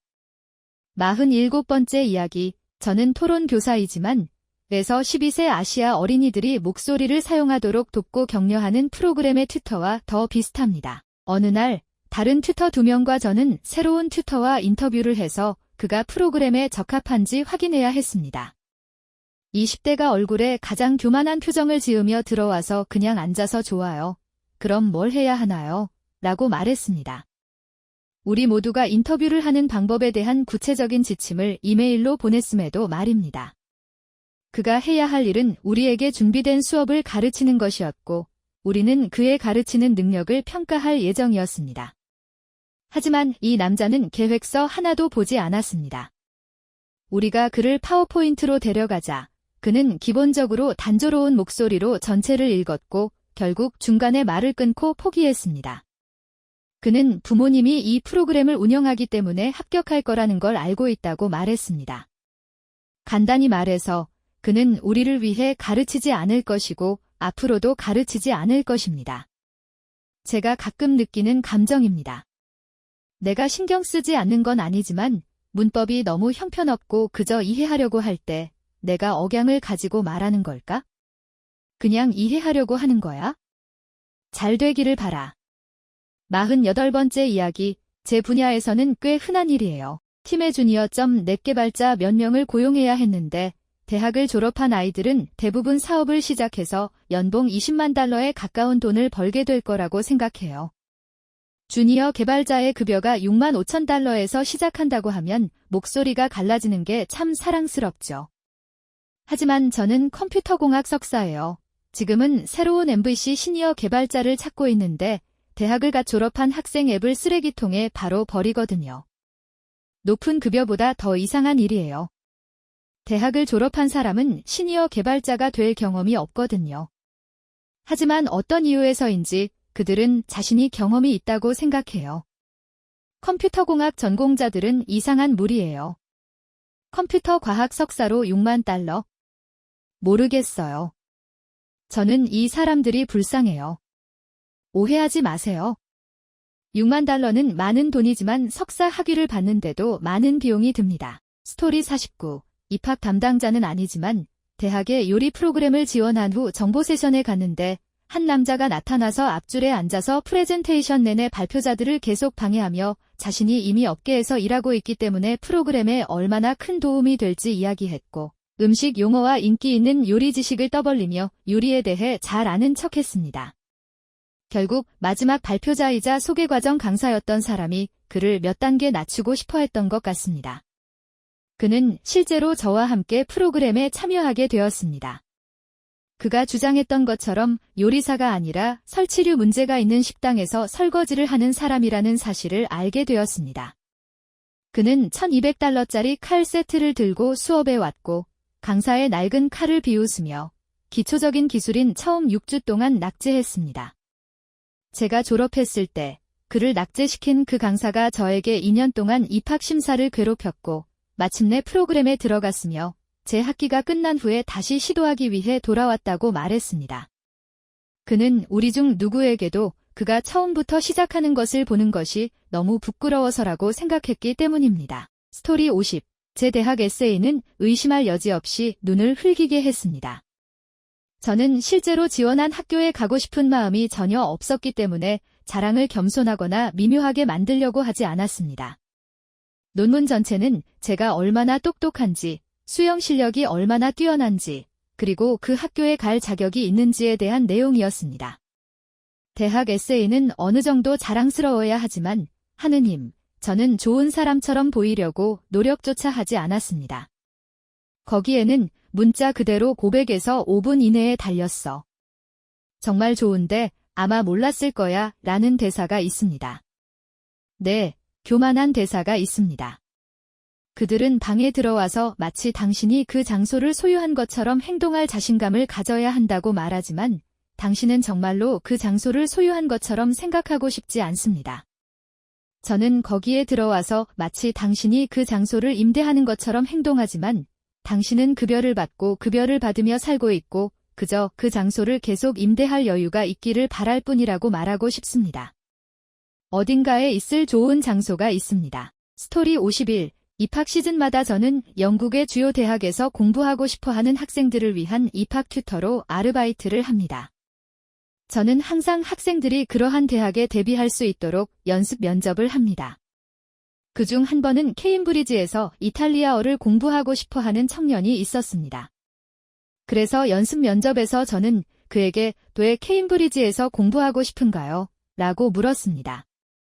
그의 대답은 저는 런던 출신이고 케임브리지는 거기서 그렇게 멀지 않아서 정말 편리할 거예요. 였습니다. 그의 부모님은 그가 케임브리지에 들어가지 못하도록 많은 돈을 주셨습니다. 스토리 52. 글쎄요. 이건 대체로 소름 돋는 일이고 허세가 많은 일은 아니라고 말하고 싶습니다. 작년 여름에 로스쿨 입학 담당자들이 대부분 모인 대규모 행사가 있었습니다.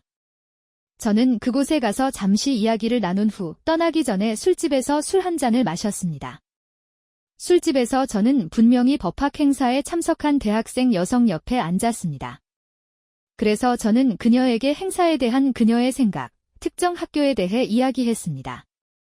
실제 지원 시즌이 시작되기 전이라 사람들이 관심을 측정하는 시기라는 점을 명심하세요. 그녀는 가장 좋아하는 10개 대학을 골라서 그곳에서 일하는 모든 입학 담당자를 찾아 각각에게 자세한 편지를 썼다고 말했습니다. 편지에는 모두 그녀의 배경, 이전 직장, 교육 경험에 대한 생각이 담겨 있었습니다. 그녀는 그들과 이야기를 나누고 대화가 끝나갈 무렵 그들의 이름이 적힌 봉투에 편지를 넣고 나중에 열어보라고 했지만 무슨 내용인지는 말하지 않았다고 말했습니다. 가장 나쁜 점은? 말할 때 그녀의 목소리가 완전히 단조롭고 입학 담당자가 되는 게 두려울 정도로 직설적이었습니다. 그녀는 결국 행사에 오지 않는 입학 담당자에게 보낼 편지 가방을 보여주었습니다. 저는 그것이 이상하다고 말하지 않았습니다. 그녀가 제게 보내는 편지를 꺼낼까 봐 두려웠기 때문입니다. 약간 지나치긴 하지만 그런 운전은 사랑할 수밖에 없습니다. 스토리 53. 저는 제가 보조관리자로 일하던 보석회사의 직원 채용을 도왔는데 직원들은 정장과 넥타이 또는 다른 공식적인 비즈니스 복장과 동등한 것을 입어야 합니다. 어떤 남자가 매장에 와서 채용하는지 물었고 실제로 채용했습니다. 저는 그에게 온라인 지원 링크를 주었고 그가 첫 면접을 보러 왔을 때 청바지와 후드 티셔츠를 입고 머리가 헝클어진 채로 나타났습니다. 그는 면접 내내 자신이 그 자리에 합당한 사람인 것처럼 행동했지만 제가 그가 정장을 가지고 있는지 물었을 때까지는 모든 질문에 낙제했습니다. 그는 실제로 정장을 가지고 있다고 대답했습니다. 저는 정장이 어디에 있는지 물었습니다. 그는 이미 경영진이기 때문에 원하는 것을 입어도 된다는 태도를 보였습니다. 면접이 끝나는 순간이었습니다. 54화. 저는 그녀의 모든 주목할 만한 업적과 업적으로 구성된 에세이를 쓴 한 소녀와 같은 학교에 다녔지만 저는 학교에 들어갈지 말지 별로 신경 쓰지 않아요.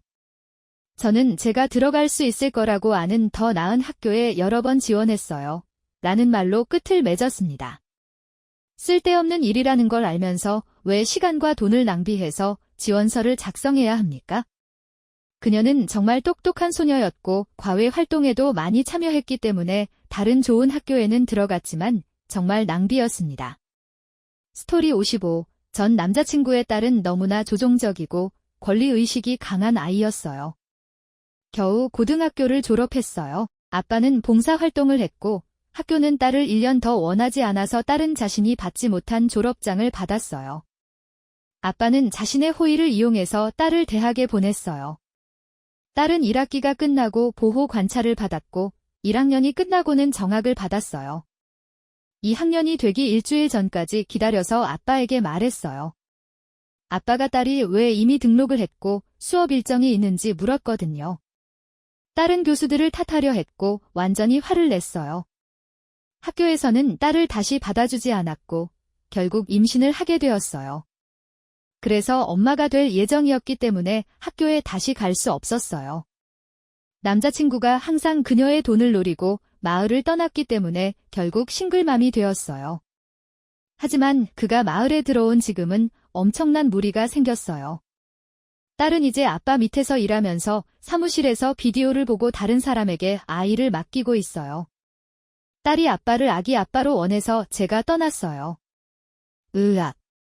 불편해요. 맞아요. 네, 저는 그렇습니다.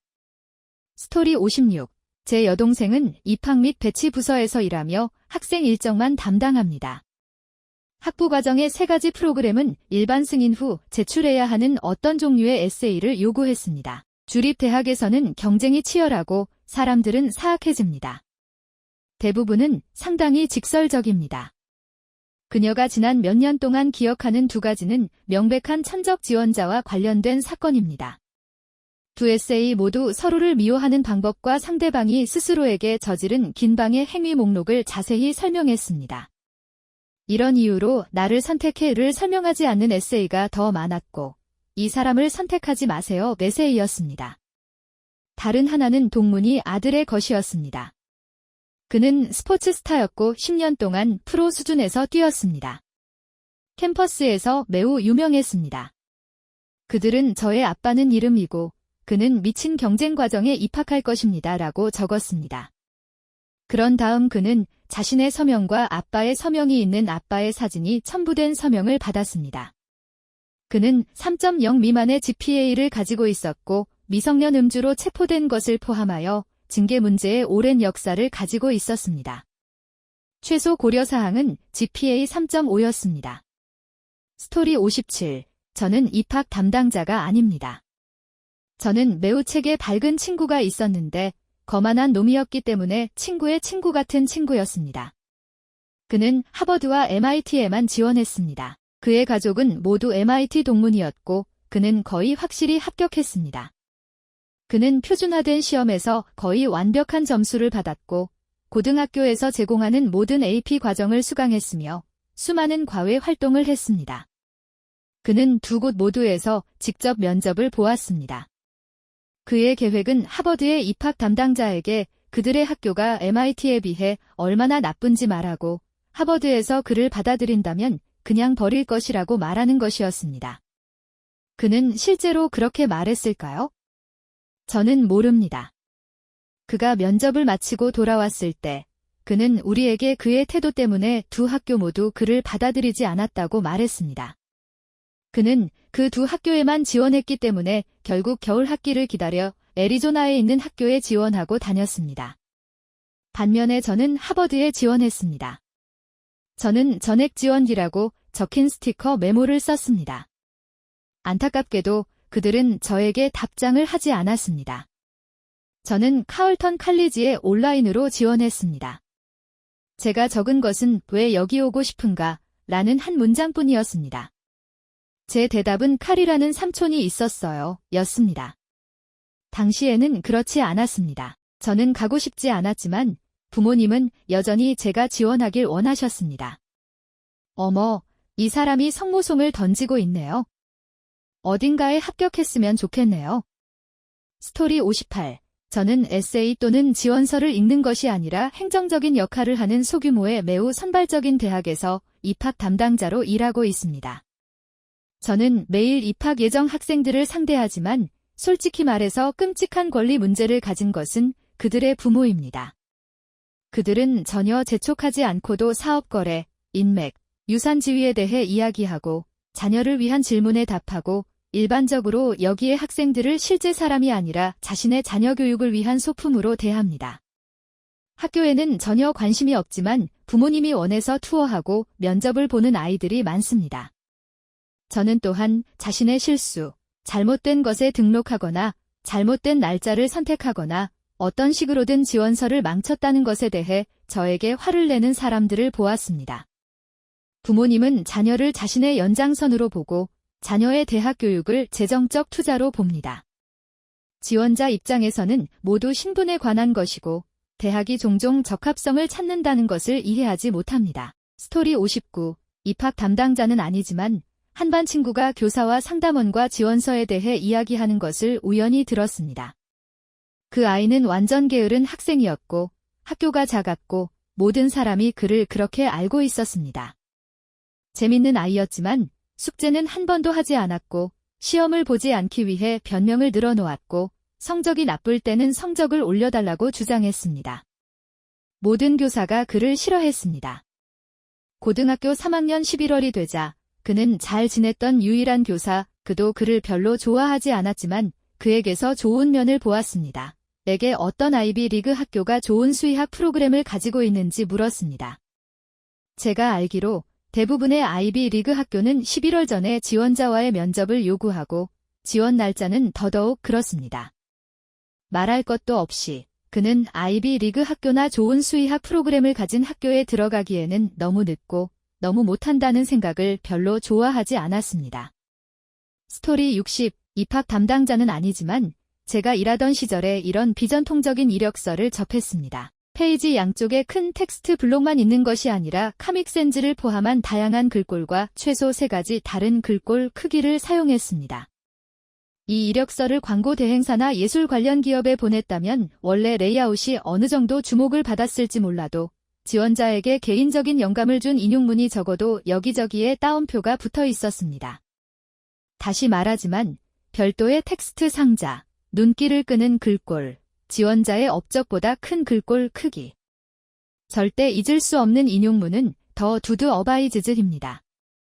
이 인용문은 종교적 보수적 유대교 자선단체에 보냈습니다. 대중문화가 교양 있는 문화로 간주될까요? 코즈 더 두드 어바이즈즈. 스토리 61. 입학 담당자는 아니지만 한 학생이 가족의 어려움으로 인해 더 많은 재정 지원을 받기 위해 저희에게 편지를 썼습니다. 처음에는 어머니가 알코올 중독자이고 많은 남자와 많은 자녀를 두었습니다. 좋아, 어디로 가느냐에 따라 아마 허용할 만할 거야. 그러고 나서 그녀의 아빠가 군인이었고 매우 엄격했다고 계속 이야기했어. 학대로 이어진다면 확실히 그래? 그러고 나서 그녀가 고등학교 때 남자친구와 작업 파티에 가는 것을 허락하지 않은 것에 대해 얼마나 끔찍했는지 이야기했고 한 번은 그녀의 전화를 빼앗았다고도 했어.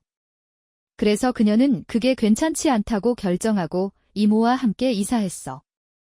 그러고 나서 그녀의 증빙 서류는 기본적으로 같은 말을 한 가족에게서 받았어.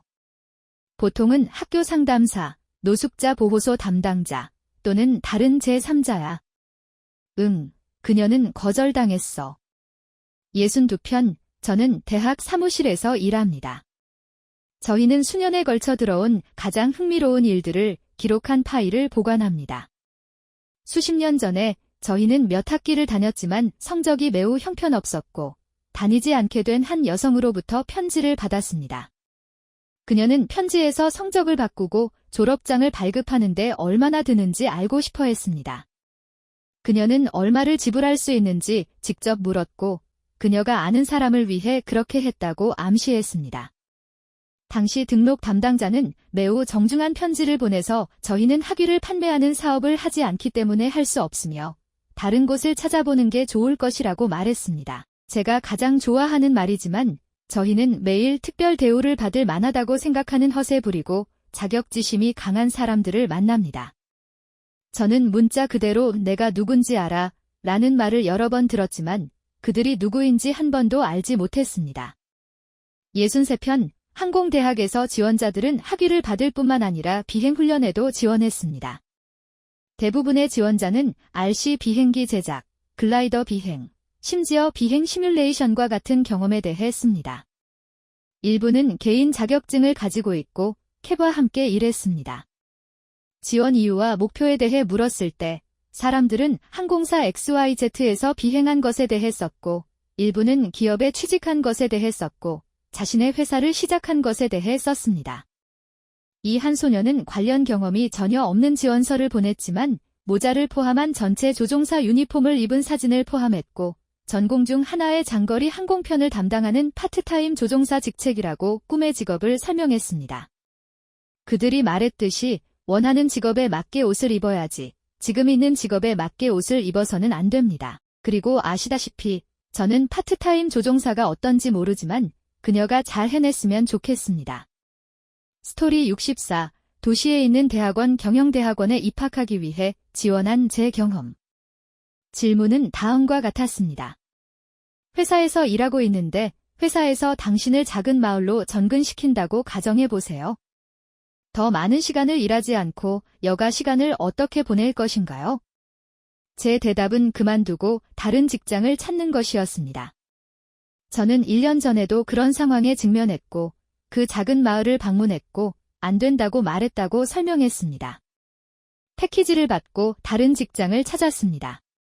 위험한 전략이었지만 제가 합격했기 때문에 그들에게는 그다지 허세가 아니었던 것 같습니다. 제가 작은 마을로 이사를 가게 된다면 겸손하게 굴고 지역 주민들과 소통하고 어쩌면 지역 전설의 멘토를 받고 피스톤 컵을 따는데 시간을 들이고 싶지만 그건 제 생각일 뿐입니다.